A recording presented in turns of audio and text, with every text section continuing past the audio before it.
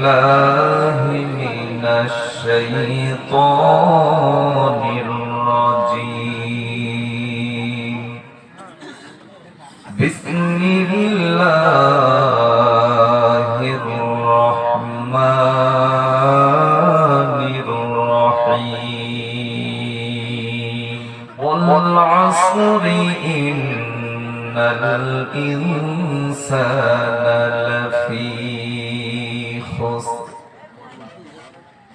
إلا الذين آمنوا وعملوا الصالحات وتواصوا بالحق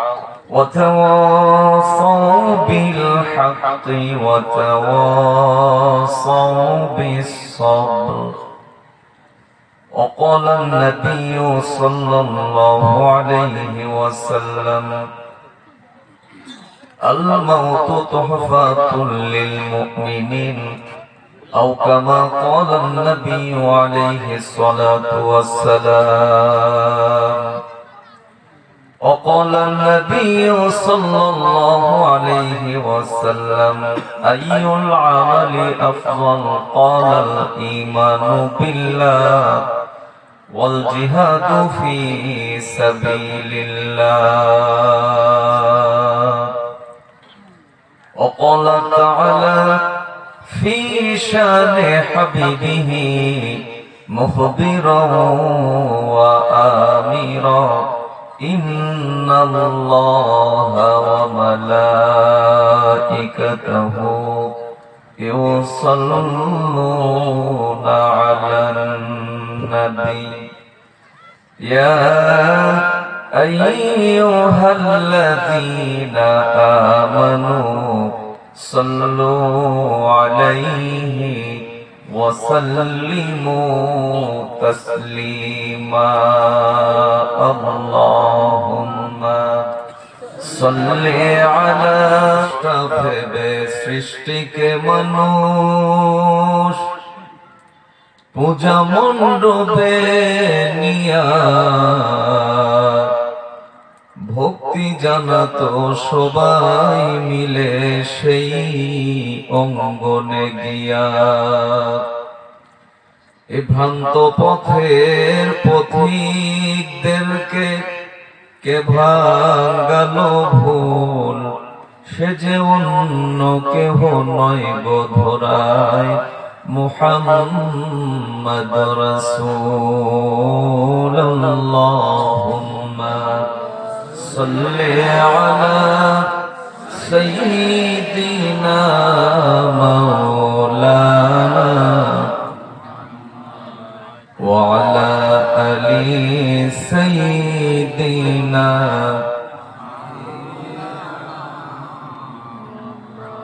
بلغ العلا بكماله كشف الدجى بجماله حسنت جميع خصاله صلوا عليه. আমি যদি কখনো তায়েফে যাই,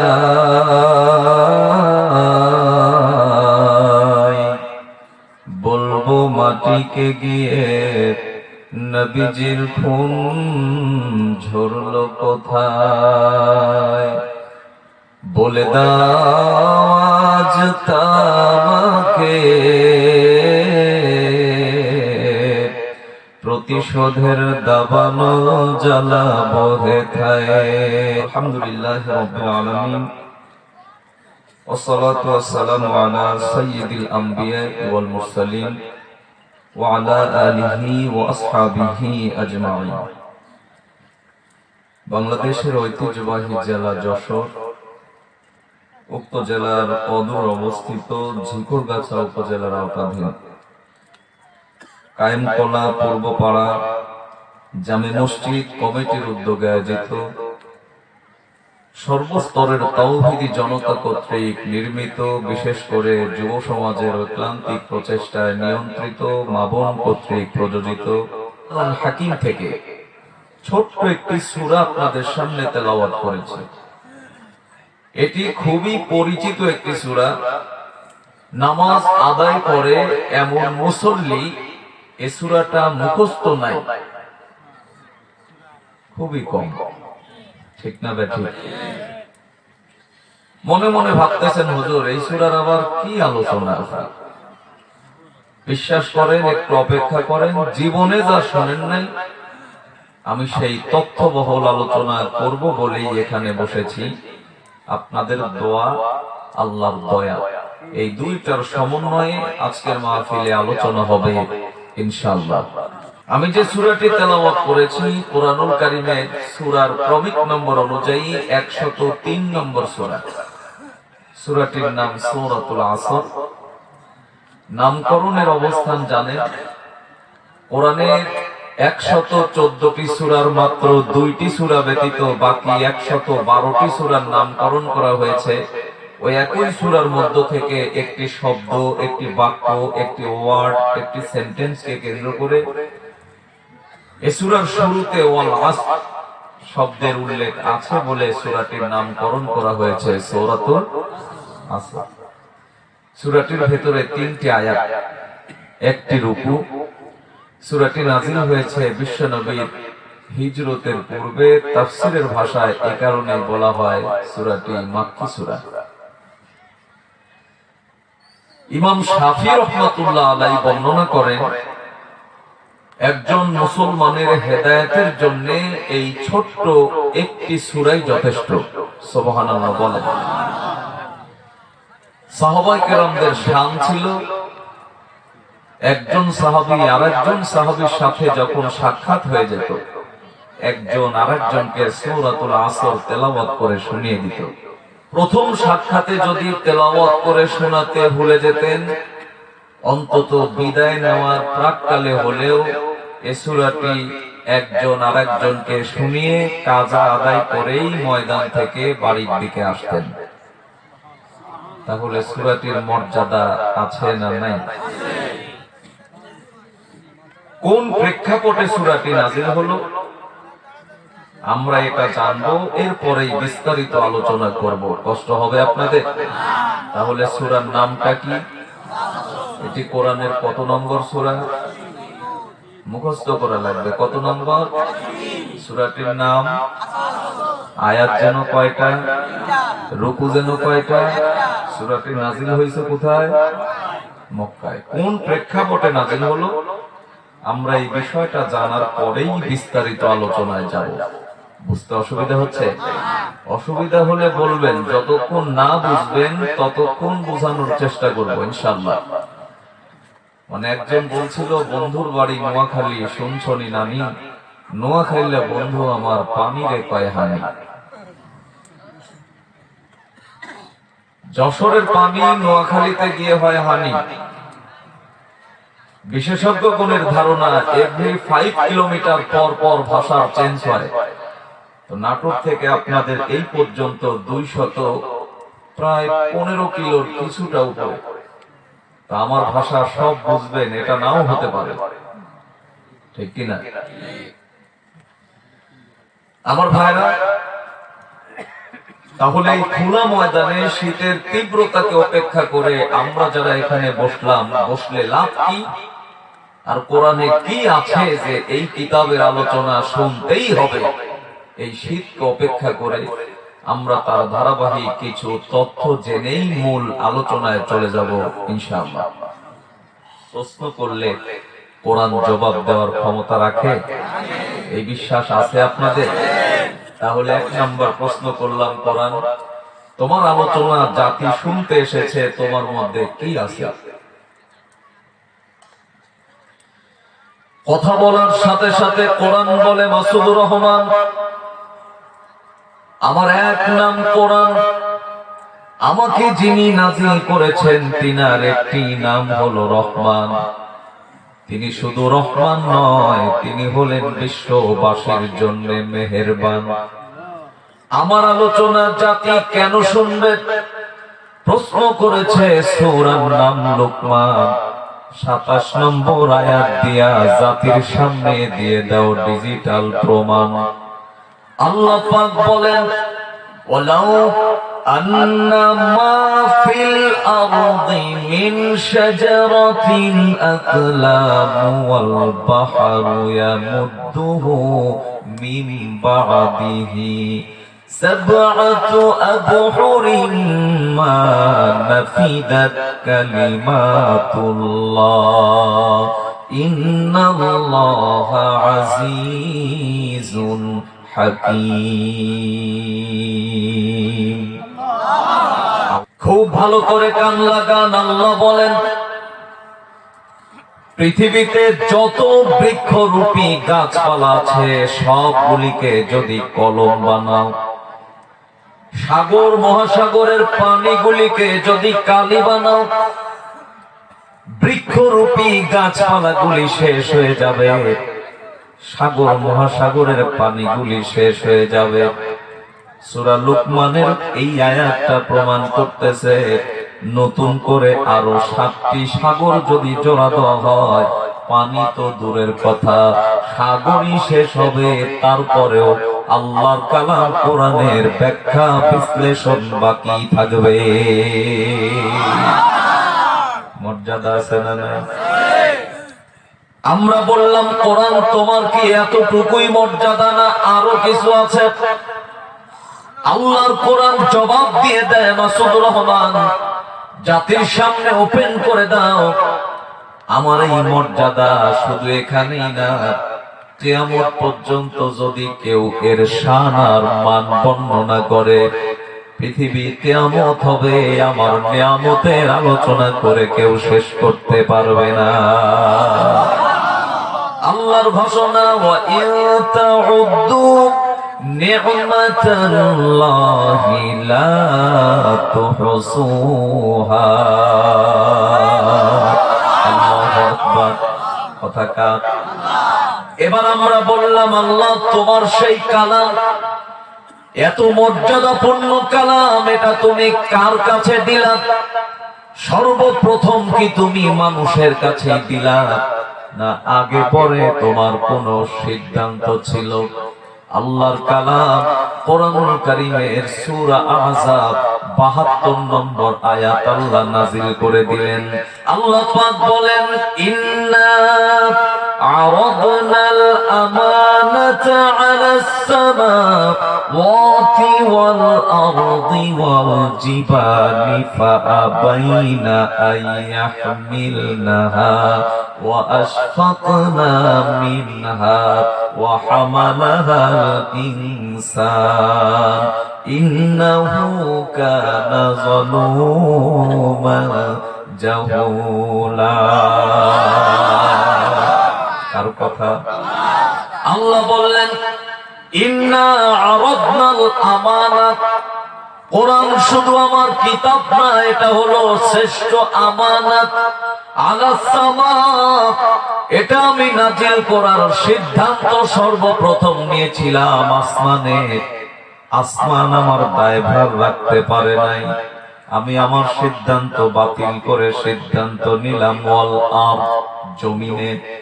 জমিন রাখতে পারে নাই, আমি আমার সিদ্ধান্ত চেঞ্জ করে আবারও সিদ্ধান্ত নিলাম ওয়াল জিবাল, পাহাড়ে।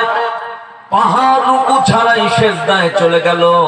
অবশেষে আমি আমার বান্দা আর বান্দীদেরকে ভালোবেসে মুস্কি হেসে আমার কোরআন নামক আমানতটা তাদের কাছে দিলাম।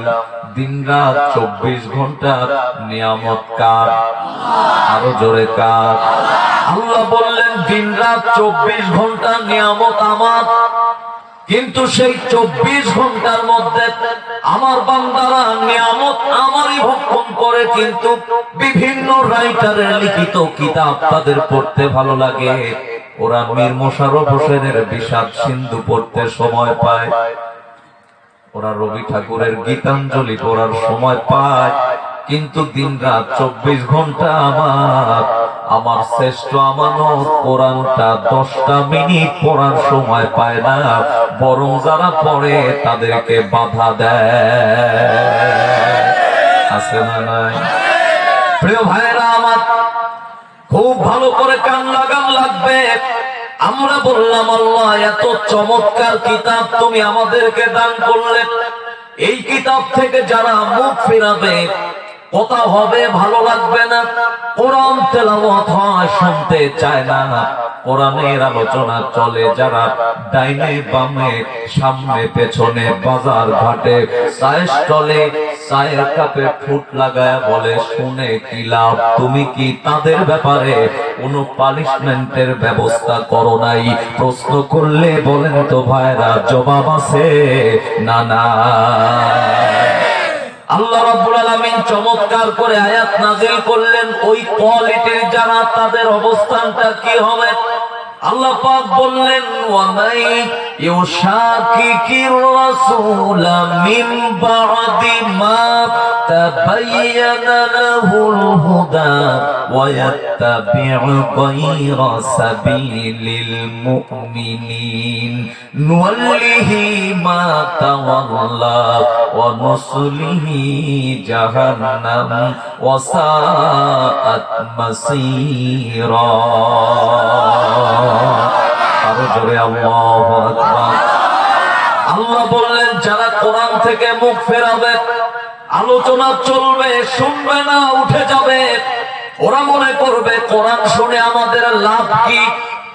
আল্লাহর কালাম কোরআনের এই আয়াত প্রমাণ করতেছে, তাদের সামনে বলে দাও আমি আল্লাহ কিছুটা সময়ের জন্য তাদেরকে ছেড়ে দিয়েছি।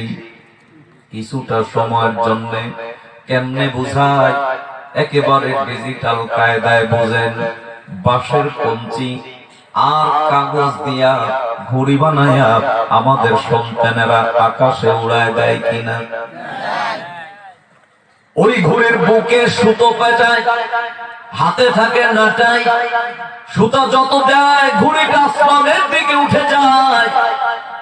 অনেক সুতো যখন ছাড়া হয় ঘুড়ি দেখা যায় না যায়, একবার দেখা যায় একবার দেখা যায় না।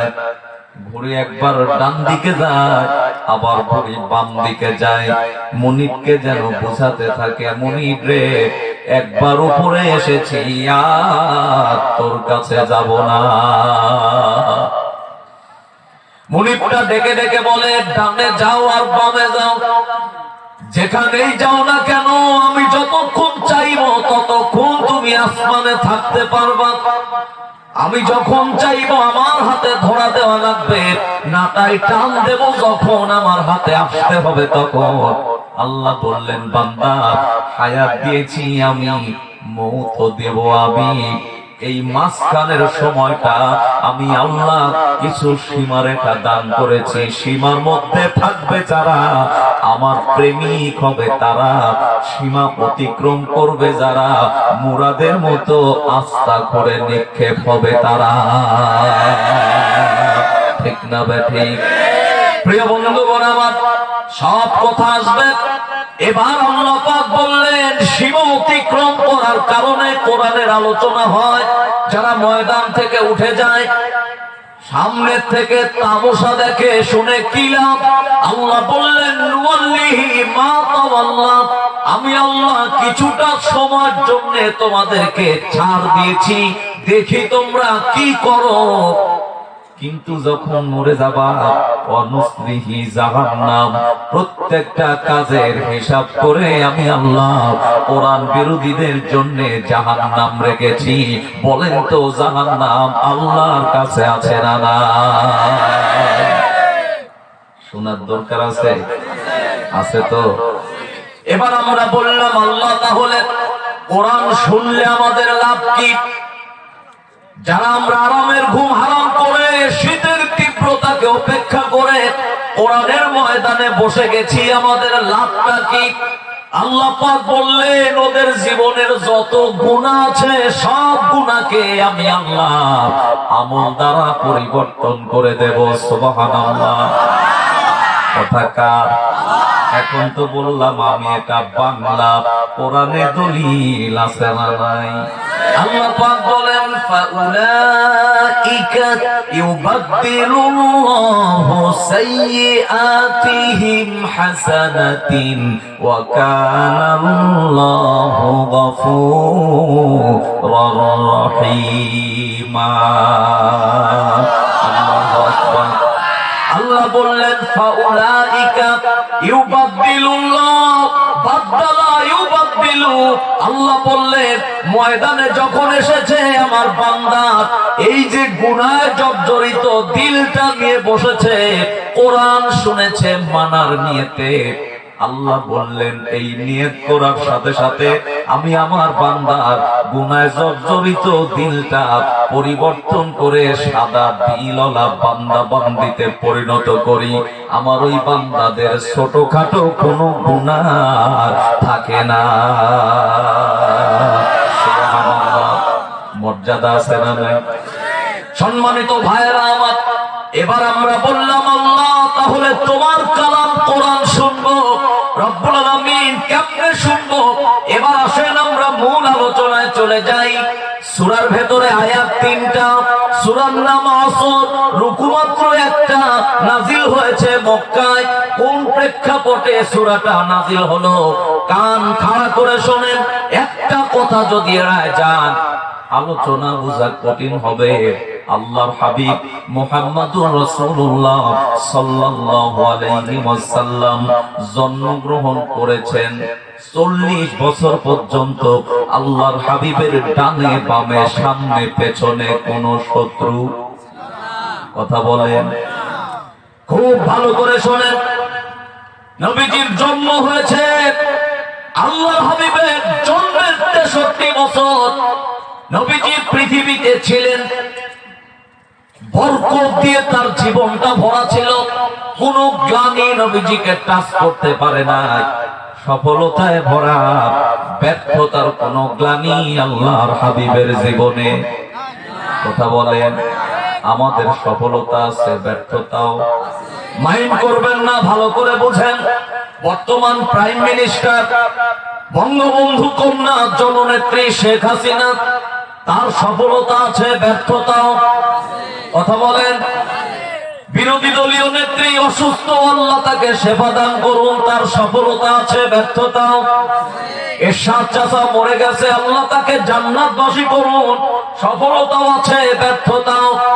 আল্লাহ হাবিব জন্মগ্রহণ করেছেন, আগেও নবীজি হিরো, 63 বছর আল্লাহর হাবিব হিরো, সফলতায় ভরা, ব্যর্থতার কোন গ্লানি আল্লাহর হাবিবের জীবনে না। ঠিক না বেঠিক? প্রিয় বন্ধুগণ আমার, বিশ্ব নবী জন্মগ্রহণ করলেন 40 বছর বয়স পর্যন্ত নবীজির ডানে বন্দুক, বামে বন্দুক, সামনে বন্দুক, পেছনে বন্দুক। আল্লাহর হাবিবের জনপ্রিয়তা আকাশ চুম্বী, জনপ্রিয়তার তুঙ্গে নবীজির অবস্থান। আল্লাহর হাবিব এই 40 বছর বয়স পর্যন্ত তিনি নামাজের দাওয়াত দেয় নাই, রোজার দাওয়াত দেয় নাই, হজের দাওয়াত দেয় নাই, শরীয়তের কোন বিধি নিষেধের কথা নবীজি বলেছে? প্রিয় বন্ধুগণ আমার, আল্লাহর হাবিব চিন্তা করলেন জাতিকে কেমনে অন্ধকার থেকে আলোর দিকে নেওয়া যায়, বাঁকা পথ থেকে সোজা পথে নেওয়া যায়, জাহান্নামের পথ থেকে জান্নাতের দিকে নেওয়া যায়। বিশ্বনবী আমার গবেষণা শুরু করলেন। ভাইরা, আল্লাহর হাবিব জন্মগ্রহণ করলেন কোন জায়গায় ভালো করে বোঝেন। ঈসা আলাইহিস সালামের ওফাতের পর আল্লাহর হাবিব আসার আগ পর্যন্ত যেই সমাজটা, ওই সমাজটার নাম হলো আইয়ামে জাহিলিয়াত। জাহিলিয়াত মানে কি বুঝেন? অন্ধকার মানে কি? এক কথায় বোঝেন, এমন কোন পাপ কাজ ছিল না, এমন কোন গর্হিত কাজ ছিল না, এমন কোন খারাপ কাজ ছিল না যেই সমাজে অতিবাহিত হয় নাই, ঘটে নাই। আল্লাহর হাবিব সেই সমাজে জন্মগ্রহণ করলেন।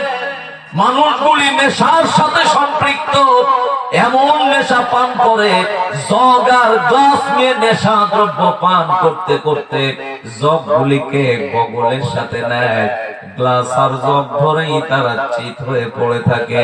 নবীজি সেই জমিনে জন্মগ্রহণ করলেন, খাওয়া তো দূরের কথা, টাচ পর্যন্ত আল্লাহর হাবিব কোন নেশা দ্রব্যে করে না।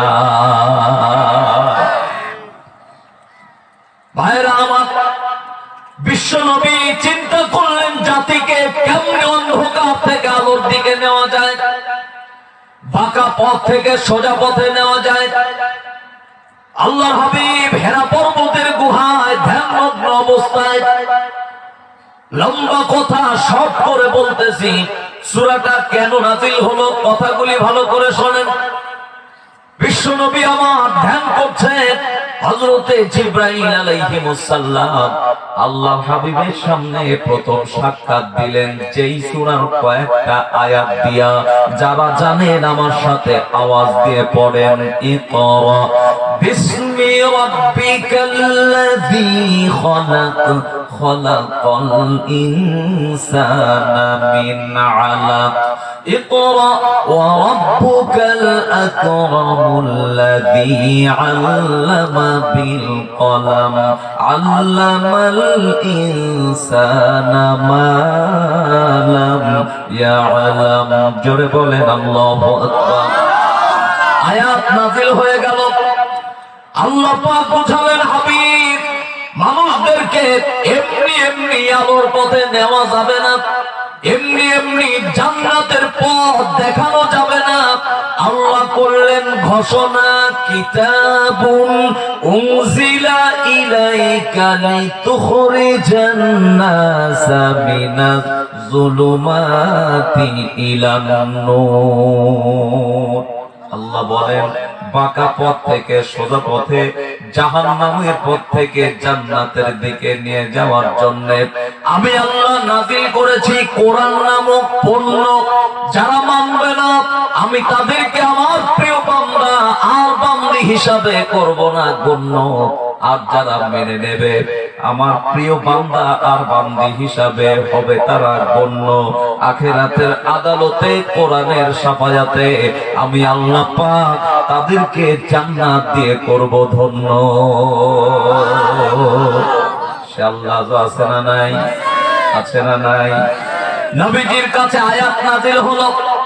আল্লাহ পাক বললেন, হাবিব এতদিন পর্যন্ত আপনাকে নামাজের দাওয়াত দেওয়ার কথা বলি নাই, রোজার দাওয়াত দেওয়ার কথা বলি নাই, হজের দাওয়াত দেওয়ার কথা বলি নাই, কিন্তু হাবিব আর বসে থাকার সময় নাই, জাতি গঠনের চিন্তা করা লাগবে। আমার যুবকেরা কান খাড়া করে শোনা লাগবে। আল্লাহর হাবিব যখন জাতি গঠনের চিন্তা করলেন, নবীজির বয়স আওয়াজ দিয়ে বলেন ছিল কত? আরো জোরে। এবার আল্লাহর হাবিব ময়দানে নামবেন কি দিয়া? আল্লাহ পাক আবারও জানায় দিলেন, নবী আপনি দাওয়াত দেন, ইয়া আইয়ুহান নাস কুলু লা ইলাহা ইল্লাল্লাহ তুফলিহুন। আরে বলে আল্লাহু আকবার। আল্লাহ পাক বললেন, হাবিব আপনি দাওয়াত দেন, ইয়া আইয়ুহান নাস। নাস মানে কি? সবাই বলেন। এখন বলবেন হুজুর সবই তো বুঝলাম, কিন্তু অবলিক তো বুঝলাম না। অবলিক হলো একটু বিপদ আসার আগেই বলে আমি কোন দল করি না বাবা। আছে না নাই? তো তুমি পুরুষ হবা না, মহিলাও হবা না, তুমি ঝিনাইদহ চেয়ারম্যান হবা, তা আমাদের কি হও? কি বলেন? খুব ভালো করে কান লাগান, টোটাল আলোচনা আসবে। আগে আমি একটু আলোয় নিয়ে আসি, সাজিয়ে নিয়ে আসি। প্রিয় তাওহীদি জনতা, আল্লাহর হাবিব দাওয়াত দেয়। আল্লাহ বললেন, নবী মানুষদের কাছে দাওয়াত দেন, ভীত সন্ত্রস্ত হলে চলবে না। আল্লাহর হাবিব দাওয়াতি মিশন নিয়ে ময়দানে নামলেন। জাগরে বীর নওজোয়ান, হাতে নেওয়াল কোরআন। ভয় কি আছে? আছি আমি আল্লাহ সুবহান। ইমানের বলে হও বলিয়ান, সামনে আসলে বিপদের নেশান। ভেঙ্গে করো খান খান, শত বাধা বিপদকে উৎখাত করে উঁচু করে ধরো আল্লাহর কালাম কোরআন। নবীজি দাওয়াত দিলেন। ডানের বন্ধু, বামের বন্ধু, সামনের বন্ধু, পেছনের বন্ধু, একটাও নাই, যাদেরকে নবীজি ডেকেছেন পান নাই এমনটা হয় নাই। আজকে আল্লাহর হাবিব যেই ডেকেছে একজনও আর নবীজির কাছে নাই, কারণ এতদিন আল্লাহর হাবিব দাওয়াত দেন নাই, বন্ধুর অভাব হয় নাই। আজকে দাওয়াত দেয়, বন্ধুগুলি সব ইউটার্ন করে পিছু হটে যায়। আজকের দিনে লক্ষ্য করে, তাই তো বিশেষজ্ঞগণ বলেছেন আজ থেকে 1420 বছর আগের ইতিহাস আর কোরআনুল কারীমের সূরা আসরের ইতিহাস একেবারে খাপের খাপ, মুমতাজের বাপ। মিলে যাওয়ার পরেই বুঝবেন কতটা লোকসান আর কতটা লাভ। নবীজি যতদিন কোরআন দিয়ে দাওয়াত দেয় নাই, বন্ধুর অভাব হয় নাই। যেই আল্লাহর হাবিব দাওয়াত শুরু করলেন, বন্ধুগুলি শত্রুতে পরিণত হয়ে গেল। আজকেও লক্ষ্য করে দেখেন, যতদিন পর্যন্ত কোরআনের হক দাওয়াত দেয় নাই, কওমি জননী বলেছে ওরাও আগলে দু কোলের নিচে নিয়েছে। যেই না কোরআনের হক কথা বলেছে, বিশ্ব বরেণ্য আলেমগুলি জেলখানায় বন্দী হয়ে গেছে। এখন যদি আমি উচিত কথা কই, পিঠের উপর দিয়ে যাবে মই, তাই কি বলার দরকার আছে না নাই? তাই তো বলি, সত্য কথা বললে পরে যেতেই হবে কারাগারে। এই আতঙ্ক আজ বিশ্বের ঘরে ঘরে। সত্য কথা বললে পরে যেতেই হবে কারাগারে। এই আতঙ্ক আজ বিশ্বের ঘরে ঘরে। তবুও সত্য বলতে চাই, তাতে যদি মোদের মরণ হয়। বৃন্দাবনে হামলা হলো, দোষী খুঁজে নাহি পেল। বৃন্দাবনে হামলা হলো, দোষী খুঁজে নাহি পেল। আলেম ওলামার পায় যে সদায় অপরাধ, নামটা হবে তোমার মৌলবাদ, নামটা হবে তোমার জঙ্গিবাদ। কথা কোন ঠিক না ঠিক? চেয়ারম্যানের স্ত্রী আর নাপিতের স্ত্রী দুই বান্ধবী পর্যায়ক্রমে নদীর ঘাটে গেছে গোসল করার জন্য। নাপিতের স্ত্রী চেয়ারম্যানের স্ত্রীর নাকের দিকে তাকায় দেখে নাক ফুল নাই। 1 সেকেন্ড দেরি করে নাই, দৌড়ে চলে আসছে বাসায়। স্বামীকে ডেকে বলে, স্বামী আমার জীবনে আপনি অনেক বড় দামি, বলতে চাই একটি কথা, আমি শুনবেন কি আপনি? নাপিত বলতেছে বলো। তো নাপিতের স্ত্রী বলতেছে, তাহলে শুনে নেন। এই মুহূর্তে দেখলাম চেয়ারম্যানের স্ত্রী বিধবা হয়ে গেছে। নাপিত 1 সেকেন্ড দেরি করে নাই, দৌড় চেয়ারম্যানের বাড়ি গিয়ে দেখে চেয়ারম্যান লোকজন নিয়ে সালিশ করতেছে, বিচার করতেছে।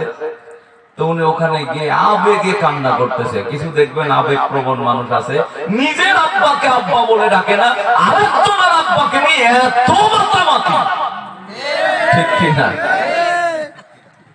আমার তো মনে হয় যেভাবে পরের আব্বাকে ডাকে, ওইভাবে নিজের আব্বাকে ডাকলে যেই দোয়া পেত ওর জান্নাত ঠেকায় কি?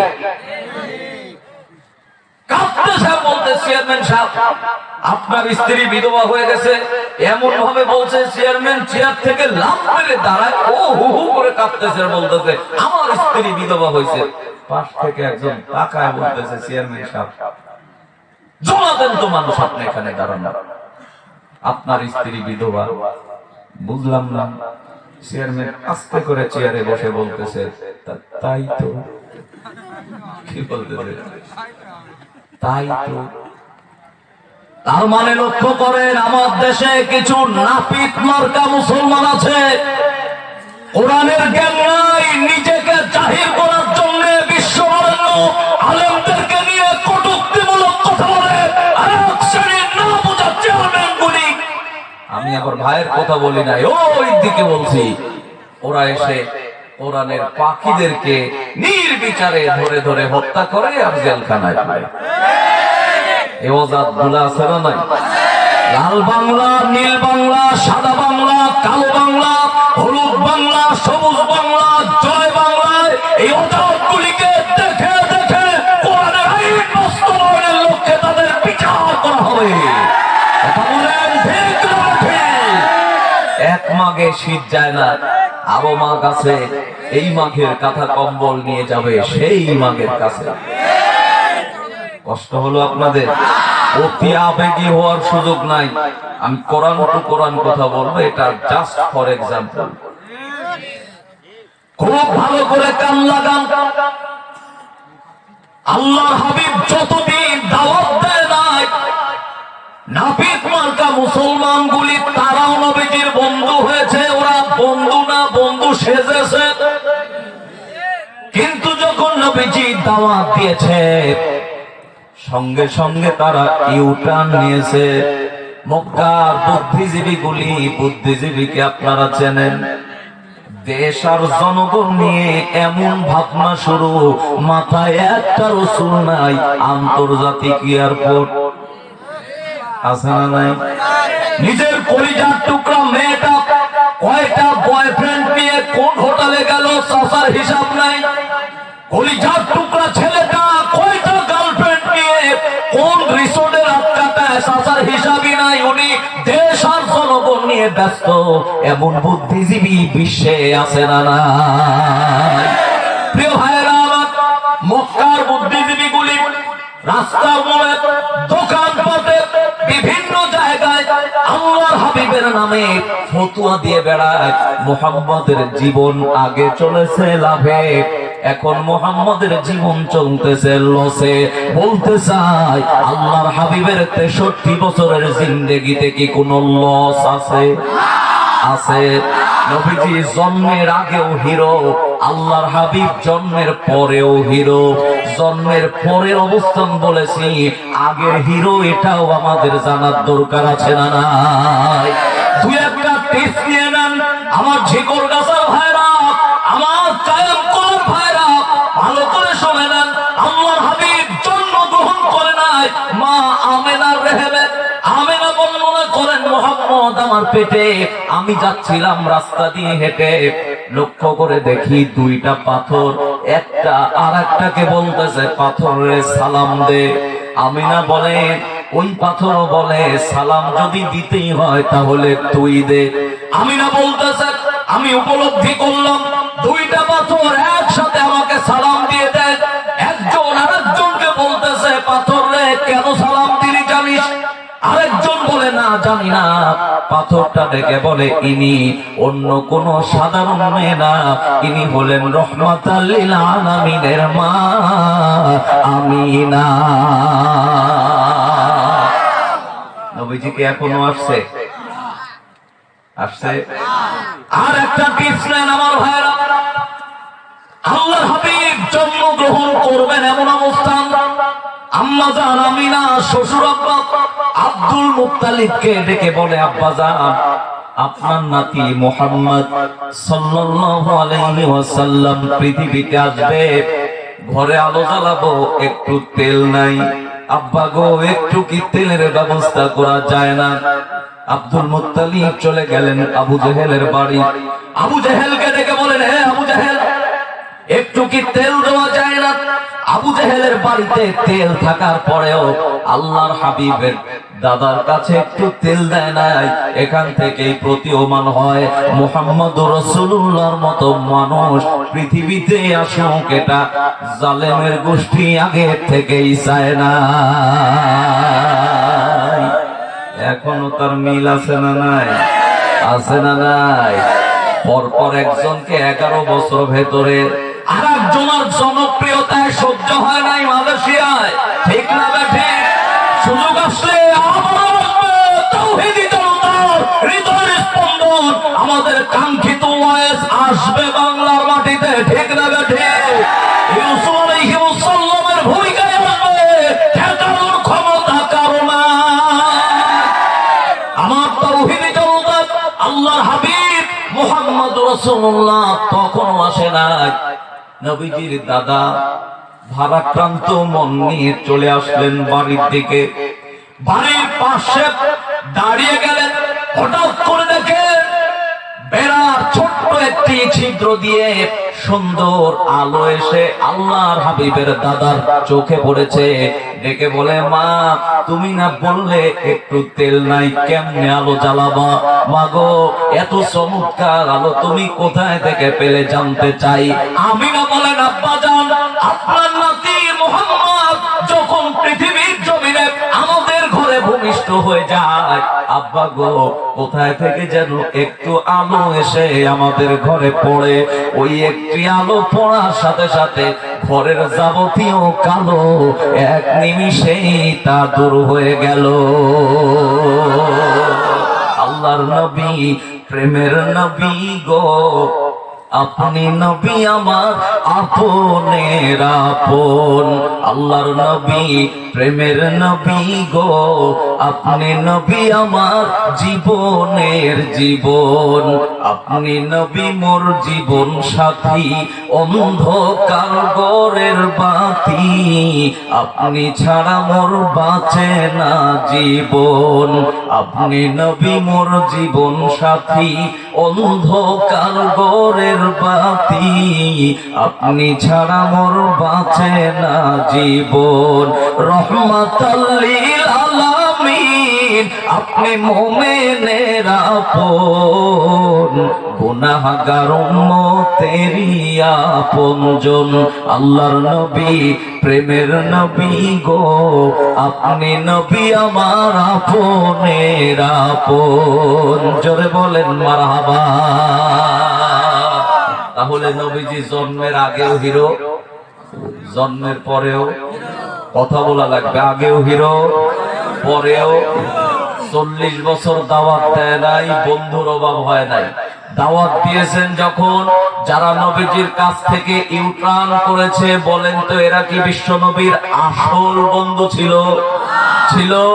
তাহলে বোঝা গেল কোরআনের প্রিয় পাখি যখন কোরআনের দাওয়াত দিয়েছে, ডানে বামে সামনে পিছন থেকে যারা তাকে আদর করেছে, আল্লাহর হাবিবের সেই বন্ধুগুলি যখন কোরআনের হক কথা বলেছে, এরা সহ্য করতে পারে নাই। মক্কার ওই মুনাফিক মার্কা বুদ্ধিজীবীদের কাজই তারা করেছে, এতে কোনো সন্দেহ। যারা বুঝেছে তারা মেনেছে, যারা বুঝে নাই এরাই আলেমদেরকে গালি দেয়, অন্য কেউ নয়। কথা ঠিক কিনা বলেন ভাই? একটা গল্প বলি তাহলে বুঝবেন। কষ্ট হচ্ছে আপনাদের? জি, বাংলাদেশি বন্ধু গেছে আমেরিকায়। কোথায়? দীর্ঘদিন থাকার কারণে আমেরিকান এক লোকের সাথে তার বন্ধুত্ব হয়ে গেছে। আমেরিকান বলতেছে, ভাই রে, তুমি যখন তোমার দেশ বাংলাদেশে যাবা, তখন তোমার দেশের জাতীয় ফল যেটা, সেটা একটা নিয়ে আসবা। আমার দেশের জাতীয় ফলের নাম কি? আমার একটু কষ্ট হয় বাজান, মানে আমার বাড়ি তো উত্তরবঙ্গে, নাম লেঙ্গা, টেস্ট আছে না নাই? আমি চিন্তা করি এত সুস্বাদু ফল থাকতে কাঁঠাল জাতীয় ফল হলো কি করে?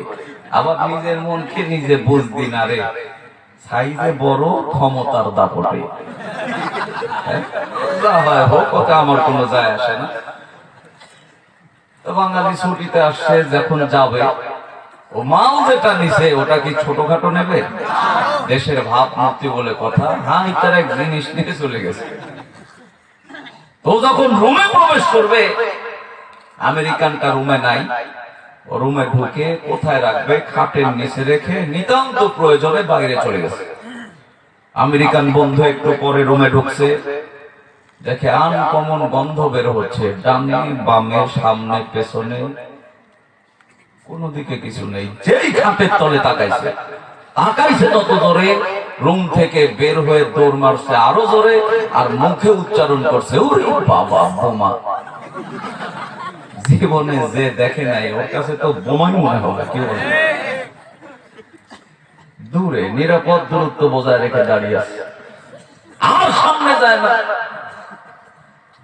একটু পর বাঙালি আসতেছে, ডেকে বলে, জাতে বাঙালি, 1 নম্বরের কাঙ্গালি, আনতে বললাম জাতীয় ফল আর নিয়ে আসছিস বোমা। বাঙালি বলতেছে, ভাই রে, বোমা না, এটাই আমার দেশের জাতীয় ফল, নাম হলো কাঁঠাল। আমেরিকান বলতেছে, আর ফজিলত বল। বাঙালি বলতেছে, ফজিলত 2টা। কয়টা? 1 নাম্বার, ওর সমস্ত শরীরে কাঁটা, আর ওটা কাটলে বের হয় আটা। এই দুইটা অতিক্রম করলে রোয়া বলেন, সার বলেন, আর কোয়া বলেন, যাই বলেন, তবে একটা খাইলে আর একটা খাইতে ইচ্ছা হবে। এই টেস্ট যিনি দিয়েছেন তিনি কে? গল্প বলার একটা উদ্দেশ্য আছে, একটু ভালো করে বুঝেন। তো বাঙালি বলতেছে তাহলে শুনলেই তো, যাও কাটো খাও। আমেরিকানটা ওর ইমান তো ব্রয়লার মুরগির মতো, শীতের সময় লাইট জ্বালায় রাখতে হয়। আর যদি 28 ফুটকা 2 ডজন একসাথে মারেন তো দেখবেন কয়েকটা জায়গায় শেষ। আর কিছু আছে ছুটাছুটি করতে গিয়ে হার্ট স্ট্রোক করে অনেক সময়ের জন্য জ্ঞান ফেরে না, কেউ বা আবার শেষ নিঃশ্বাস ত্যাগ করে। এই হলো ব্রয়লার মুরগির কাহিনী। ও তখন বলতেছে, ভাই রে তুমি যাও কাটো খাও মরে যাও। কাঁঠাল খেলে মানুষ মরে? বাঙালির সাইজ জানা আছে, কাঁটা আর আঠা দুটো অতিক্রম করে একটা খায় ভাল লাগে, আর একটা খায় আরো ভাল লাগে। আমেরিকানটা দূর থেকে দেখে কমেন্টস করতেছে, এখনো মরে না রে। 1 পা 2 পা করে আগাইছে, একটা খায় ভাল লাগে, আর একটা খায় ভাল লাগে, আর একটা খায় আরো ভালো লাগে। এক পর্যায়ে বলতেছে, জীবনে যদি এর কাছে না আসতাম তাহলে এটা যে এত টেস্ট বুঝতেই পারতাম না, বোমা মনে করে আজীবন দূরে থাকতাম। কিন্তু যখন আসলাম এর মূলত টেস্টটা বুঝতে পারলাম। আমি আমার দেশের কিছু কাঙ্ক্ষিত নাস্তিকদেরকে বলতে চাই, যারা টুপি দাড়ি আর পাঞ্জাবি দেখলেই তাদের কাছ থেকে নিজে আলাদা থেকে আলাদা হওয়ার ফতোয়া দাও, জেনে নাও যারাই আলেমদের সংস্পর্শে এসেছে তারাই মজা পেয়েছে, যারা আলেমদেরকে গালি দিয়েছে মুরাদের মতো অবস্থান তাদের হয়েছে। কথা ঠিক না ঠিক? কয়েকদিন আগেও যার গাড়িতে জাতীয় পতাকা, সামনে প্রটোকল, পেছনে প্রটোকল, কয়েকদিনের ব্যবধানে কোরআন বিরোধী হওয়ার কারণে বিমানবন্দরের ফ্লোরে ঘুম পাড়া লাগছে, জাতির কাছে পিটন খাওয়া লাগছে। এজন্য বলতে চাই, নাস্তিকদেরকে আগলে রেখে আলেমদেরকে বন্দী করার দুঃসাহস করবেন না।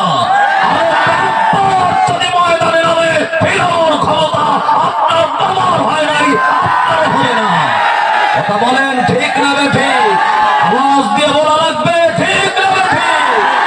যুবকরা ঘুমিয়ে থাকার সুযোগ, ঘুমিয়ে থাকার সুযোগ। তাই তো আমি বলি সরকারকে এই আবেদন আমরা জানাই, নাস্তিক মুরতাদ মুক্ত বাংলাদেশটা চাই। ঠিক না বেঠিক? যুবকরা একসাথে বলা লাগবে, সরকারকে এই আবেদন আমরা জানাই, নাস্তিক মুরতাদ মুক্ত বাংলাদেশটা চাই, নাস্তিক মুরতাদ মুক্ত বাংলাদেশটা চাই। খোদাদ্রোহী নমরুদের আর অশান্তির আচার এদেশে জন্মেছে, তাই ওই টাকলু মুরাদ। খোদাদ্রোহী নমরুদের আর অশান্তির আচার এদেশে জন্মেছে, তাই টাকলু মুরাদ। রাষ্ট্র ধর্ম ইসলাম সে মানতে পারে নাই, বিসমিল্লাহর ফজিলত সে বুঝতে পারে নাই। সরকারকে এই আবেদন আমরা জানাই, সরকারকে এই আবেদন আমরা জানাই, নাস্তিক মুরতাদ মুক্ত বাংলাদেশটা চাই, নাস্তিক মুরতাদ মুক্ত বাংলাদেশটা চাই। রাজি আছেন না নাই? কারা কারা রাজি আছেন? দু হাত দেখতে চাই। লিল্লাহে তাকবীর, নারে তাকবীর। আল কোরআনের আলো, আল হাদিসের আলো, নারে তাকবীর। খুব কষ্ট হলো। মক্কার বুদ্ধিজীবীগুলি বলল, মুহাম্মদের জীবন আগে চলতো লাভে, এখন মুহাম্মদের জীবন চলতেছে লসে। আল্লাহ সুবহানাহু ওয়া তাআলা বরদাস্ত করতে পারলেন না। তিনি বললেন, তোরা আমার হাবিবের বিরুদ্ধে অবস্থান নিবি, আমি আল্লাহ আমার হাবিবের ইজ্জত আর সম্মান আজীবন অক্ষুণ্ণ রাখবো। আল্লাহ পাক বিশ্ব নবীর ইজ্জত রক্ষার্থে 3 আয়াত বিশিষ্ট একটি রুকু বিশিষ্ট মক্কায় নাজিল করে দিলেন সূরাতুল আসর। আলোচ্য বিষয় দিয়ে দিলেন লাভ লসের খতিয়ান। কোরআনের তাফসীর চলবে, কোরআনের আওয়াজ চলবে, সূর্য যত দিন জ্বলবে। সবাই বলেন সূর্য যত দিন জ্বলবে, যতদিন এই বুকে আছে প্রাণ, যতদিন এই বুকে আছে প্রাণ, আমরা গেয়ে যাব কোরআনের গান। যতদিন এই বুকে আছে প্রাণ, আমরা গেয়ে যাব ইসলামের গান। দুটি মনে মনে মিলন হলে খোদারি রহমত সৃষ্টি হয়। চিরদিনেই দুনিয়ায় হয়েছে হায় কোরআনের জয়, চিরদিনেই দুনিয়ায় হয়েছে হায় ইসলামের জয়। যুগে যুগে দিনের কারণে, যুগে যুগে দিনের কারণে মরণের কেউ করেনি ভয়। চিরদিনেই দুনিয়ায় হয়েছে হায় কোরআনের জয়। ঠিক কথা বলেন, ঠিক? তাহলে সূরাটা নাজিল হলো, সূরার আলোচ্য বিষয় যেন কি? লাভ লসের, লাভ লসের খতিয়ান। খুব ভালো করে কান লাগান, আর সাইডে কথা নয়। আমরা সূরার নাম জেনেছি, আয়াত সংখ্যা জেনেছি, রুকু সংখ্যা জেনেছি, সূরাটি নাজিল হয়েছে কোথায় তাও জেনেছি, কোন প্রেক্ষাপটে নাজিল হলো তাও জানলাম। আর সাইড নয়। এবার আসেন আমরা এক এক করে আলোচনা করি। মাত্র 3টা আয়াত, যতক্ষণ লাগে ততক্ষণই আলোচনা হবে। আল্লাহ সুবহানাহু ওয়া তাআলা 1 নম্বর আয়াতটা বলে দিলেন ওয়াল আসর। আল্লাহু আকবার। এটা একটা আয়াত, এটা একটা শব্দ, এটা একটা বাক্য, এটা একটা ওয়ার্ড, এটা একটা সেন্টেন্স। এই একটি আয়াতের ব্যাখ্যা মুফাসসিরিনে কেরাম করেছেন 3টা। কথা বলেন কয়টা? আমি যখন তাফসীর স্টাডি করলাম, আমি লক্ষ্য করে দেখি এই একটি শব্দের অর্থ আসছে মুফাসসির দিয়েছেন প্রায় 99টা। আল্লাহু আকবার। আমার ভাইরা, কোরআনে এমনই একটি অমীয় বাণী যেটা আপনি গবেষণা করলে যার নতুনত্ব বাড়তেই থাকবে, বাড়তেই থাকবে। কোন ক্ষমতা কারো নাই। পৃথিবীতে এমন কোন গান নাই সেই গান আপনি 20 বার শোনার পরে আর শুনতে ভালো লাগে আছে? বয়স আপনার 60 বছর, প্রতিদিন 5 ওয়াক্ত নামাজে সূরাতুল ফাতিহা তেলাওয়াত করা হয়। বলেন তো এক একটা হুজুরের কাছে শুনতে এক এক রকম লাগে। মজা আছে না নাই? মজা আছে না নাই? আমার ভাইরা, মুফাসসির এই একটি আয়াতের ব্যাখ্যা করেছেন 3টা। নাম্বার 1 আসরের সময়, নাম্বার 2 আসরের নামাজ, যেই নামাজটা আমরা মাগরিবের আগে পড়ি। 3 নাম্বার সময়, কাল, যুগ, জামানা। এই 3 নাম্বার আয়াতটার ব্যাখ্যা নিতে গিয়ে সবচাইতে গুরুত্ব দেওয়া হয়েছে যেই জীবনের, তা হলো বান্দার প্রত্যেকের জীবনের হায়াত। হায়াতের মর্যাদা আছে না নাই? আমার ভাইরা, হায়াত আছে বলেই মাস্তানি, যার হায়াত নাই তার মাস্তানি নাই। কথা কোন ঠিক না ঠিক? এই হায়াতকে আমরা চেয়ে নিছি। হায়াত দেওয়ার মালিককে, কেড়ে নেওয়ার মালিককে। আল্লাহ রাব্বুল আলামিন চমৎকার করে সূরা মুলকের ভেতরে বললেন, আল্লাযী খালাকাল মাউতা ওয়াল হায়াতা লিয়াবলুয়াকুম আইয়ুকুম আহসানু আমালা ওয়া হুয়াল আজিজুল গফুর। জোরে বলেন আল্লাহু আকবার। আল্লাহ বললেন, বান্দা আমি তোমাকে হায়াত দিয়েছি, তবে সব আগে মৃত ছিলে এমন কোন বান্দা নাই যিনি মরা ছিল না, মরা থেকে জিন্দা করলেন যিনি, তিনি কে? কোন বাবার বেটা নাই। হাত উঠায় বলবেন হুজুর আগে আমি জেতা তারপরে মরা। আল্লাহ রাব্বুল আলামিন এটারও দলিল দিয়ে জানায় দিলেন, হাল আতা আলাল ইনসানি হিনুম মিনাদ দাহরি লাম ইয়াকুন শাইআম মাযকুরা। আল্লাহু আকবার। আল্লাহ বললেন উল্লেখযোগ্য বিষয়বস্তু হিসাবে তোমার কিছুই ছিল না। ও বান্দা, আমি তোমাকে হাত দিলাম, আমি তোমাকে পা দিলাম, কথা বলার জন্য আমি তোমাকে মুখ দিলাম, জিহ্বা দিলাম, নিঃশ্বাস আর প্রশ্বাস নেওয়ার জন্য নাক দিলাম।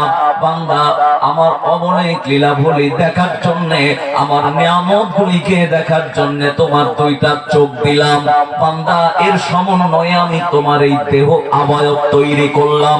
আল্লাহ পাক এই আয়াতে বললেন আমি সেই হায়াতের কসম করলাম। বান্দাদের এই হায়াতের কসম আল্লাহ করেছেন। হায়াতটা কত বরকতপূর্ণ জিনিস ভাইরা, এটা কেউ চেয়ে নেওয়ার মতো ক্ষমতা নাই। আমার বাবা, আমার মা, তাদের মাঝখান থেকে একটু নাপাক পানি, দুর্গন্ধযুক্ত পানি বিশ্ব বাজারে যার 1 টাকার মূল্যায়ন নাই। আপানা দিয়ে কেউ কিনে না, কথা ঠিক কিনা? এই দুর্গন্ধযুক্ত পচা পানি দ্বারা আমার আপনার দেহ অবয়বটা আল্লাহ তৈরি করলেন। এমনও মা মরা সন্তান পৃথিবীতে ভূমিষ্ঠ করেছেন, তার কোনো অভাব নাই, ঠিক কিনা? আল্লাহ চাইলে আমাদেরকেও মরা করে পাঠাতে পারত। প্রধান বক্তা হয়ে ওয়াজ করার ক্ষমতা ছিল না, কেউ আমাদের চিনতেন না, আমিও আপনাদের সামনে আসতে পারলাম না। হায়াতটা দিলেন যিনি, আওয়াজ দিয়ে বলেন তিনি কে? আল্লাহ পাক এই হায়াতের কসম করলেন, আল্লাহ আসরের সময়ের কসম করলেন, আল্লাহ পাক আসরের নামাজের কসম করলেন, এই 3টা বিষয়ের কসম করলেন। আল্লাহ রাব্বুল আলামিন বলেছেন ইতিহাসের কসম করলাম। এর মধ্য দিয়ে তিনি 2য় নম্বর আয়াত নাযিল করে দিলেন, ইন্নাল ইনসানা লাফি খুসর। আল্লাহু আকবার। লামে তাকিদ, ইন্নাল ইনসান। যারা গ্রামাটিক্যাল বুঝেন কান লাগান, আলেম ওলামা যারা আছেন কান লাগান। ইন্নাল ইনসান লামে তাকিদ করা হয়েছে। আল্লাহ রাব্বুল আলামিন বুঝালেন লাফি খুসর। প্রত্যেকটা মানুষ ক্ষতির মধ্যে। মাসুদুর রহমান ক্ষতির মধ্যে, এখানে বসে আছেন আমাদের সম্মানিত বাপজান, উনিও ক্ষতির মধ্যে। পিছনে যিনারা আছেন তিনারাও ক্ষতির মধ্যে, সামনে যারা আছেন আপনারাও ক্ষতির মধ্যে। বোঝা গেল ক্ষতি ছাড়া কেউ নাই। খালি পর্দার আড়ালে যারা আছে ওরা বাদে। ওরা বলতেছে সব হিসাব পুরুষদের, আমরা প্রধানমন্ত্রী। মানে বাংলাদেশের বিভিন্ন প্রান্তে ঘুরি নিয়ে প্রাইভেট গাড়ি, রাস্তার মোড়ে মোড়ে দেখি অসংখ্য নারী পরেছে শাড়ি। শাড়ি নয়, যেন আস্ত মশারি। আছে না নাই? ঠিক বলেন না? কিনে দেয় যারা, তারা কারা? এই আমরা হিসাব করে কিনে দেওয়া লাগবে। যুবক ভাই যারা আছে তাদের জন্য 4টা ওয়াজ করে দেব, যারা ওই ধরনের জিনিস দেন একটা যুবক তাদেরকে বিয়ে করবে না। দরকার আছে না? যুবকরা চিন্তা করতেছে ভাই আপনার সাইজটা দেখতেছি আর আমরা দেখি, আমাদের জন্য কিছু নাই, আমিও বাড়ির থেকে ওয়াজ নিয়ে আসছি। ইহয়া উলুমউদ্দিন ইমাম গাজ্জালী রাহিমাহুল্লাহ লেখা, তিনি বর্ণনা করেছেন 4 শ্রেণীর মেয়েকে বিয়ে করলে সুখ হবে না। কয় শ্রেণী? সবাই বলেন 4 শ্রেণী। 1 নম্বর আহিরা, 2 নম্বর নাজিসা, 3 নম্বর মুত্তালিহা, 4 নম্বর মুবারিয়া। আরবিটা বললাম, বাংলা হবে পরে। একটা আয়াত কসম করেছেন আল্লাহ কয়টা? 3টা। কয়টা? 3টা। এর পরের আয়াতে বললেন ইন্নাল ইনসান, লামে তাকিদ দিয়ে বললেন প্রত্যেকটা মানুষ ক্ষতির মধ্যে।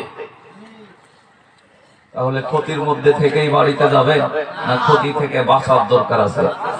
কথা বলেন না, আছে না নাই? আছে না নাই? আমরাও বাঁচাবো।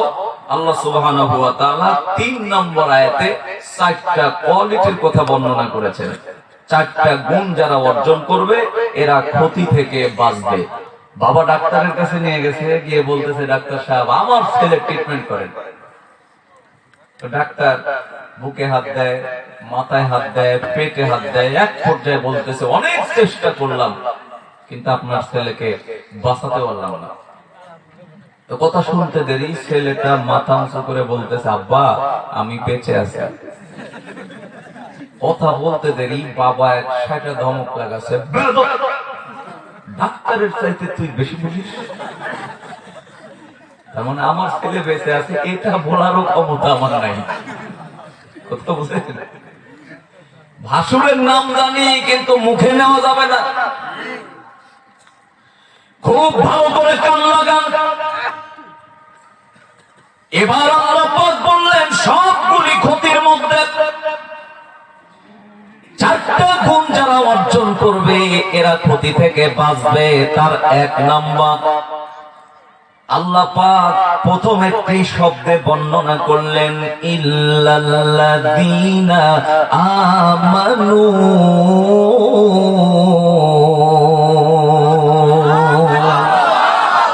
ঈমান আনা লাগবে, ঈমান আনতে হবে। সব চাইতে ঈমান আমরা যার প্রতি আনবো তিনি কে? কথা বলেন কে? ঈমান আনা লাগবে। আল্লাহ বলে নাই ঈমান পাওয়া লাগবে, আল্লাহ বলছেন ঈমান আনা লাগবে। তাহলে ঈমান আনা আর পাওয়ার মধ্যে পার্থক্য আছে না নাই? আছে না নাই? তাহলে ভালো করে কান লাগান। এই ঈমানটা কোন ঈমান লাগবে? আল্লাহ পাক বলেন শিরিক মুক্ত ঈমান। আমার দেশে শিরিক আছে না নাই? ডানে শিরিক, বামে শিরিক, সামনে শিরিক, পেছনে শিরিক, রাস্তার মোড়ে শিরিক, চায়ের স্টলে শিরিক, অফিসে শিরিক, ব্রিজের সামনে শিরিক, ব্রিজের পেছনে শিরিক আছে না নাই? এবার আমরা বললাম আল্লাহ ঈমান এনেছি তোমার প্রতি, কিন্তু শিরিক ছাড়তে পারি না, আমাদের কি খুবই অসুবিধা হবে নাকি? আল্লাহ পাক আয়াত নাযিল করে জানায় দিলেন, ইন্নাহু মাইয়ুশরিক বিল্লাহি ফাকাদ হারামাল্লাহু আলাইহিল জান্নাহ ওয়া মাআওয়াহুন নার ওয়া মা লিয-যালিমিনা মিন আনসার। জোরে বলেন আল্লাহু আকবার। আয়াতের দিকে কান লাগান। আল্লাহ বললেন ইন্নাহু মাইয়ুশরিক বিল্লাহ, নিশ্চয়ই যারা আমার সাথে শিরিক করবে, শরীক করবে, আল্লাহ পাক বলেন ফাকাদ হারামাল্লাহ, আমি আল্লাহ তাদের জন্য হারাম করে দেব আলাইহিল জান্নাহ, জান্নাতের সবগুলি দরজা, ও মাওয়াহুন নার, আর তাদের আবাসস্থল হবে জাহান্নাম। জাহান্নাম আল্লাহর কাছে আছে না নাই?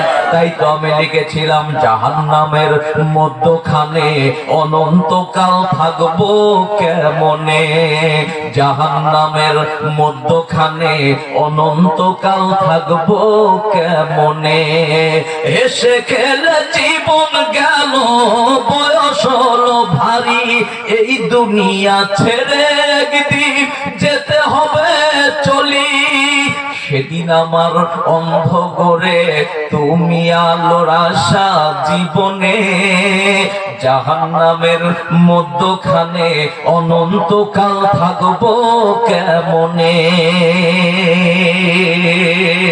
আল্লাহ আমাদেরকে বাঁচান, জোরে বলেন আমিন। প্রিয় বন্ধুগণ আমার, তাহলে আমরা জানতে পারলাম ঈমান আমাদেরকে আনা লাগবে, শিরিক মুক্ত ঈমান। আল্লাহর কাছে বললাম আল্লাহ এই শিরিক মুক্ত ঈমান যদি আমরা আনতে পারি তুমি আমাদেরকে কি দিবা? কারণ আমরা জাতে বাঙালি, নগদে বিশ্বাসী, বাকিতে নয়। কথা কোন ঠিক কিনা ভাই? কথা বলতে দেরি আল্লাহ রাব্বুল আলামিন আয়াত নাযিল করে জানায় দিলেন, ওয়াসিক ওয়াল্লাযীনা তাকাউ রাব্বাহুম ইলাল জান্নাতি যুমারা حتى إذا جاءوها وفتحت أبوابها وقال لهم خزنتها سلام عليكم طبتم فادخلوها خالدين জোরে বলেন আল্লাহু আকবার। আল্লাহ বললেন যখন তারা শিরক ছেড়ে দিয়ে প্রকৃত ঈমান আমার প্রতি আনবে, ওটা পুরুষ হোক আর মহিলা হোক, আমি আল্লাহ তাদেরকে যেই পুরস্কারটা দান করব তার নাম হলো জান্নাত। আমার দেশের বড় অফিসার গুলি যখন আমাদের দেশে আসে, ভাইরা যেই এলাকায় যায়, যেই এরিয়ায় যায়, তাদের সামনে লাল গালিচা রাখা হয়, সম্মাননা দেওয়া হয়। আল্লাহ বললেন আমার জান্নাতীরা পৃথিবীতে কষ্ট করে আমার কাছে আসবে, আমি আল্লাহ তাদেরকে সম্মান দেব। জান্নাতের সামনে তারা দাঁড়িয়ে যাবে, জান্নাতি হুরগুলি দরজায় দাঁড়াবে আর বলবে জান্নাতীরা রে, তোমাদেরকে আল্লাহ পাক বলেছিল শিরিক মুক্ত ঈমান আনা লাগবে। কতজন বলেছে শিরিক করো, তুমি করো নাই। পিটন দেশে তুমি পিটন খাইছো কিন্তু শিরিক করো নাই। আজকে আমার হুরদের সামনে সেই সম্মাননা নাও। হুরেরা ডেকে ডেকে বলবেন আমরা তোমাদেরকে সম্মান দিতে চাই। কোরআন বলতেছে হুরেরা জান্নাতীদেরকে বলবেন সালামুন আলাইকুম তিবতুম ফাদখুলুহা খালিদিন। হুরেরা সালাম দিয়ে দেবেন আর বলবেন জান্নাতীরা চলে যাও জান্নাতের ভেতরে।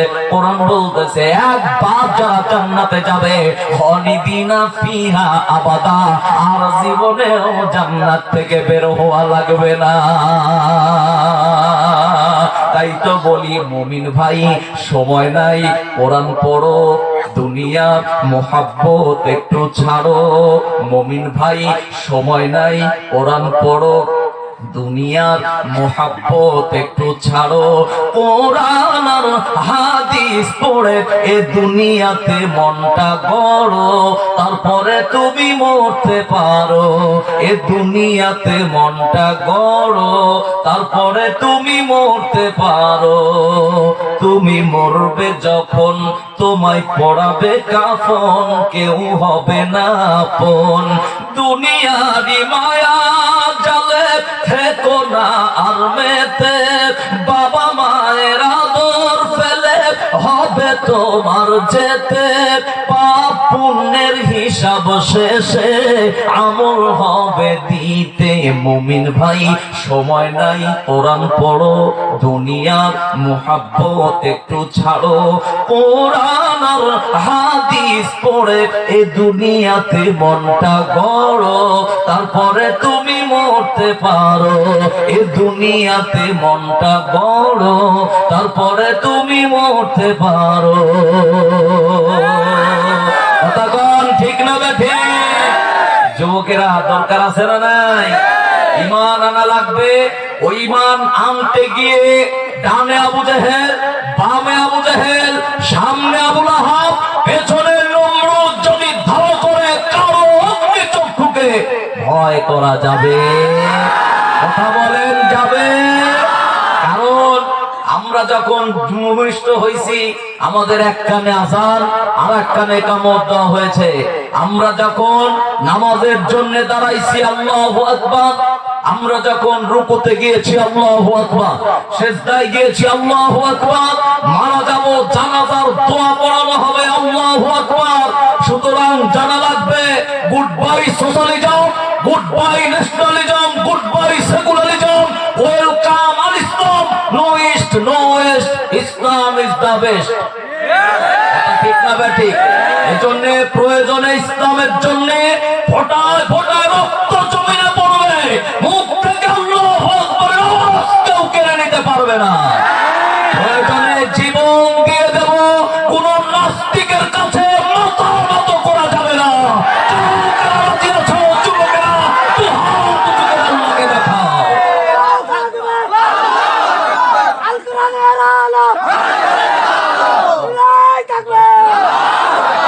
ভাইরা আমার, তাহলে এক নাম্বার ঈমান আনা লাগবে। অনেকেই বলবেন হুজুর এটা তো জানি। আরে ভাই, ইমান পাওয়া আর ইমান আনা দুটার মধ্যে পার্থক্য আছে তো। যশোর শহরে আপনার বাবার 2 বিঘা জমি আছে। কয় বিঘা? 2 বিঘা। বাবা মারা গেছে, ওয়ারিশ সূত্রে সন্তান আপনি ওই জমির মালিক। চিন্তা করতেছেন ওখানে যদি 1 বিঘা বিক্রি করি, কায়েম কোলা এসে 1 বিঘা জমি হবে, 5 তলার বিল্ডিং হবে।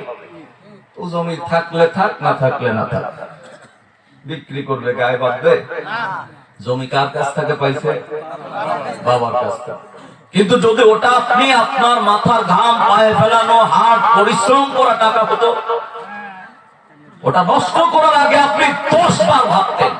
না, নষ্ট না করে যদি অন্য কোনো ভাবে মেকআপটা করা যেত, তাহলে বোঝা গেল বাবার জমি থাকলে থাক, না থাকলে না থাক। আপনার জমি থাকাই লাগবে। প্রয়োজনে আমার অনেক কষ্ট হোক, কিন্তু জমি থাকা লাগবে। ইমান এনেছিলেন হযরতে বেলাল, পিটন খাইছে। ইমাম এনেছিলেন হযরতে খাব্বাব। বেলাল বলেছিলেন, খাব্বাব তোমার মাজাটা এত সরু দেখা যায় কেন? খাব্বাব বলতেছে, আমার অন্য কোনো অপরাধ ছিল না। আমার অপরাধ, আমি শুধু লা ইলাহা ইল্লাল্লাহ এটা মুখে স্বীকার করেছি, অন্তরে বিশ্বাস করেছি, কাজে পরিণত করেছি। এই একটি অপরাধে, আমার নির্যাতনের কারণে আল্লাহ আমাকে এত সুঠাম দেহের অধিকারী করেছিলেন, কিন্তু এই জালেমরা সহ্য করতে পারে নাই।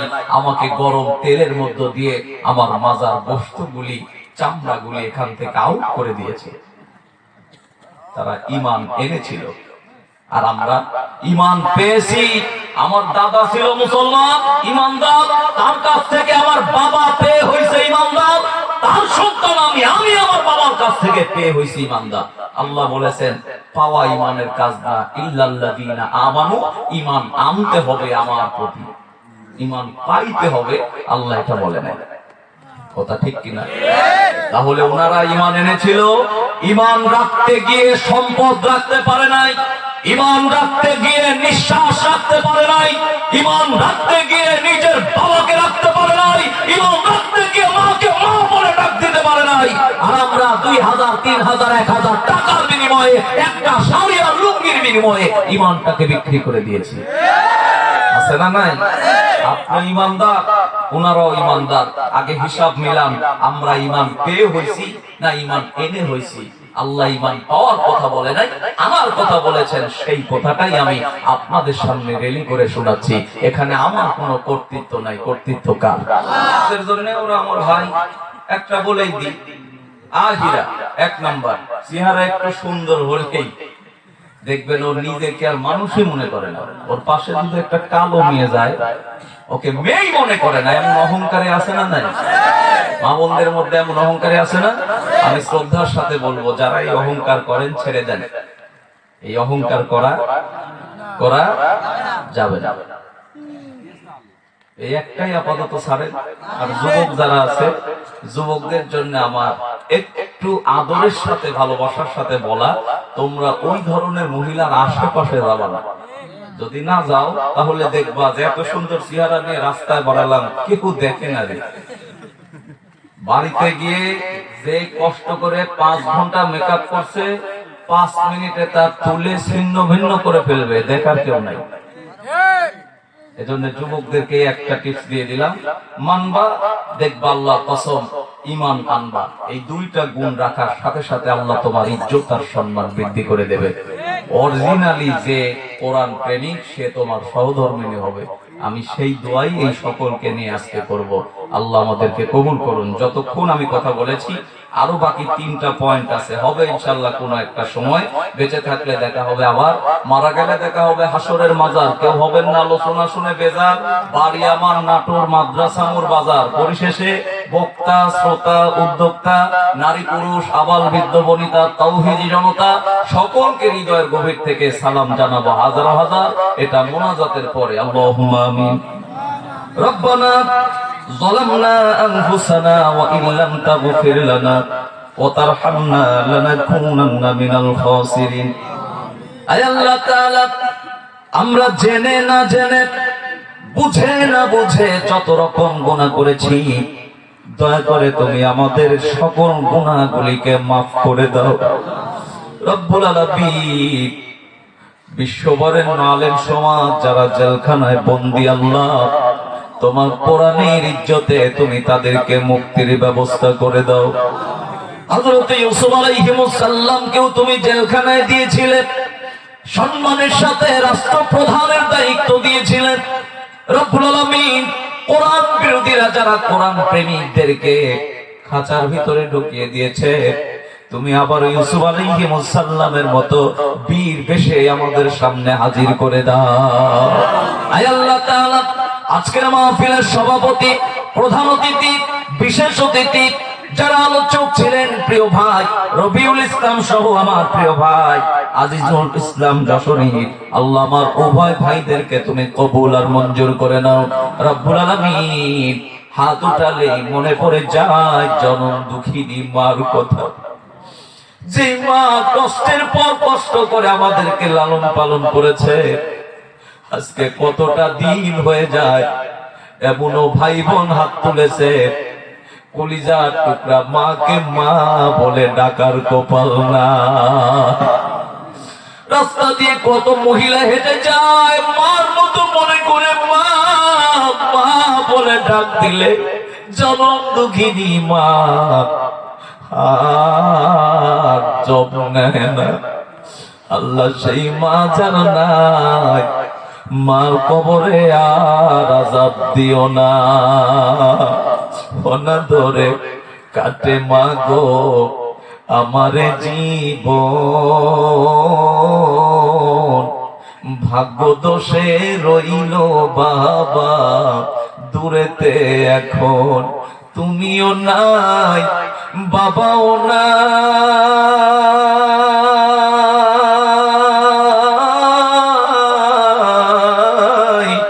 তুমিও নাই বাবাও নাই, দুঃখী আমি এমনি।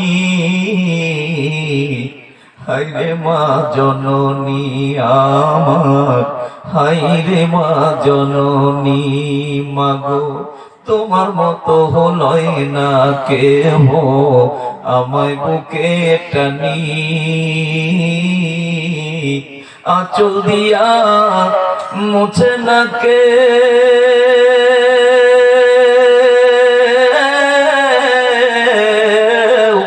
আঁচল দিয়া মুছে না কেউ আমার চোখের পানি। হায়রে মা জননী আমার, হায়রে মা জননী আমার, হায়রে মা জননী। আল্লাহ, বাবা মা যাদের এখনো বেঁচে আছে, প্রাণ ভরে খেদমত করার তৌফিক দাও। আল্লাহ গো, আজকের মাহফিলের আঞ্জাম যারা করেছেন তাদেরকে মাফ করে দাও। দূর দূরান্ত থেকে যারা শোনার জন্য এসেছে, আল্লাহ আমি আরো কিছু সময় যদি তোমার কোরআন আলোচনা করতাম তারা শুনতো। রাত গভীর হয়ে যায়, শীতের তীব্রতাকে উপেক্ষা করে তোমার বান্দা বান্দি যারা এসেছে, আল্লাহ দয়া করে আজকের আলোচনা আমাদের সকলের জন্য নাজাতের ওসিলা হিসাবে কবুল করো। আল্লাহ গো, আজকে আমাদের যে সমস্ত ওলামা হযরত এখানে এসেছেন তাদেরকে কবুল করো। আল্লাহ, বিশ্ববরেণ্য আলেম যার সুললিত কণ্ঠের তাফসীর গোটা তাওহীদি জনতার হৃদয় জুড়িয়ে দেয়। আজ কতটা বছর হয়ে গেল তার সুললিত কণ্ঠের তাফসীর শুনি না। আল্লাহ, অনতি বিলম্বে আমাদের মাঝে ফেরায় দিয়া তার কণ্ঠের তাফসীর শোনার তৌফিক দাও। আয় আল্লাহ তাআলা, যারা এখানে বসেছি তাদের প্রত্যেককেই তুমি মাফ করে দাও। আমার মা বোন যারা হাত তুলেছে, আল্লাহ সকলের নেক আশা আকাঙ্ক্ষা তুমি পূরণ করে নাও। রব্বুল আলামিন, কত মাসুম বাচ্চারা হাত তুলেছে, আল্লাহ তাদের ওসিলায় আজকের দোয়াটা কবুল করো। যুবকদেরকে তুমি সবচাইতে বেশি ভালোবাসো, আল্লাহ দয়া করে আমার যুবকদেরকে তুমি কবুল করে নাও, ইসলামের জন্য নিবেদিত প্রাণ হিসাবে কবুল করো। আল্লাহ, আমার প্রিয় ভাই রবিউল ইসলাম কলিজার টুকরা একটি সন্তান দান করেছো, আল্লাহ গো দ্বীনের রাহবার হিসাবে কবুল আর মঞ্জুর করে নাও। আমাদের সন্তান যারা আছে, বাবা মার চক্ষু শীতলকারী সন্তান হিসাবে কবুল করো।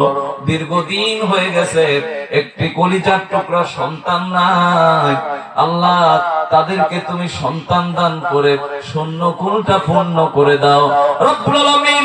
যেই বাসায় আমরা উঠলাম, এত আদর এত ভালোবাসা, আমার আল মামুন ভাইকে কবুল করে নাও, তার বাবা আমাদের শ্রদ্ধাভাজন চাচাকে কবুল করে নাও আল্লাহ। কলিজার টুকরা সন্তান একটি বাইরে লেখাপড়া করে রব্বুল আলামিন জ্ঞানের জগতে শ্রেষ্ঠত্ব অর্জন করার তৌফিক দিয়ে দাও আল্লাহ। পরিবার পরিজনকে তুমি কবুল করে নাও আল্লাহ। আজকে যারা হাত তুলেছে, কবরে যারা চলে গেছে, প্রত্যেকের কবরের আযাব মাফ করে দাও ও আল্লাহ। গভীর রাত হয়ে গেছে, পৃথিবীর সমস্ত অফিস আদালতের দরজাগুলি বন্ধ হয়ে গেছে। রব্বুল আলামিন রহমতের ফেরেশতারা বান্দার দারে দারে ঘুরে ঘুরে বান্দার অবস্থা যাচাই করে। তাকায় দেখো, তোমার কোরআনের বাগানে বসে আছি আল্লাহ, দয়া করে তোমার জান্নাতি বান্দার বান্দিতে পরিণত করে দাও আল্লাহ গো। যারা দূর দূরান্ত থেকে এসেছে, নিরাপত্তার সাথে গন্তব্যে পৌঁছার তৌফিক দাও। ওয়া সাল্লাল্লাহু তাআলা আলা খায়রি খালকিহি মুহাম্মাদিন ওয়া আলা আলিহি ওয়া আসহাবিহি আজমাইন। وجعل آخر كلمتنا عند الموت بحق لا إله إلا الله محمد رسول الله صلى الله عليه وسلم। السلام عليكم ورحمة الله।